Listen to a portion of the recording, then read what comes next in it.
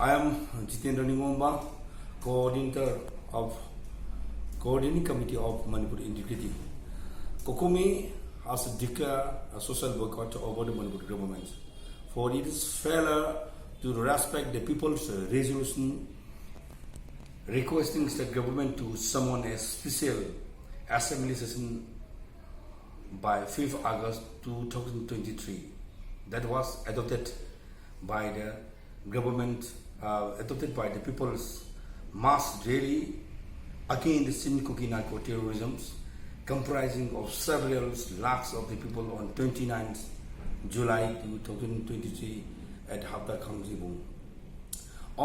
During the social boycott, the COCOMI advice and the COCOMI request to the people not to attend any kind of function or any kind of celebration, any kind of programs organized by government of Manipur.